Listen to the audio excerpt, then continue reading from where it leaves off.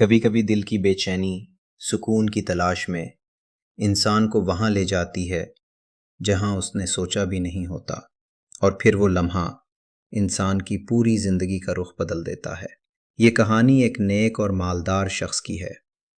وہ کہتا ہے، ایک دن میرا دل بہت بے قرار تھا، ہر ممکن کوشش کی کہ دل بہل جائے، پریشانی کا بوجھ ہلکا ہو، مگر سکون تھا کہ مل ہی نہیں رہا تھا۔ آخرکار تھک ہار کر گھر سے باہر نکل گیا اور بے مقصد گلیوں میں گھومنے لگا۔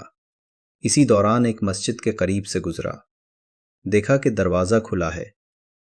فرض نمازوں کا وقت نہیں تھا، مگر دل نے چاہا کہ وضو کر کے مسجد میں 2-4 رکعت پڑھ لوں، شاید سکون مل جائے۔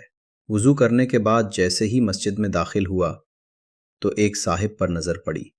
وہ اللہ کے حضور سجدہ ریز تھے، رو رو کر گڑ گڑا کر دعائیں کر رہے تھے۔ ان کے آنسوؤں میں ایک عجیب سی بے قراری جھلک رہی تھی۔ میں قریب ہوا، غور سے سننے لگا۔ وہ بار بار اپنے قرض کی ادائیگی کے لیے دعا مانگ رہے تھے۔ نماز کے بعد ان سے مصافحہ کیا اور نرمی سے ان کا حال پوچھا۔ بتایا کہ آج قرض واپس کرنے کی آخری تاریخ ہے اور میرے پاس کچھ نہیں۔ قرض کی رقم چند ہزار روپے تھی۔ میں نے فوراً جیب سے پیسے نکالے اور ان کے ہاتھ میں رکھ دیے۔ ان کی آنکھوں سے شکر گزاری کے آنسو بہنے لگے اور میرے دل کی بے چینی عجب سکون میں بدل گئی۔ میں نے جیب سے وزٹنگ کارڈ نکالا اور کہا، بھائی یہ میرا نمبر اور پتہ ہے، آئندہ جب بھی ضرورت ہو تو بلا جھجک مجھے فون کر لینا۔ انہوں نے کارڈ لیے بغیر واپس کر دیا اور مسکرا کر بولے، جناب یہ نہیں چاہیے، میرے پاس ان کا پتہ پہلے سے موجود ہے جنہوں نے آج آپ کو یہاں بھیجا ہے۔ میں کسی اور کا پتہ جیب میں رکھ کر اپنے رب کو ناراض نہیں کر سکتا۔ ان کے الفاظ میرے دل پر نقش ہو گئے۔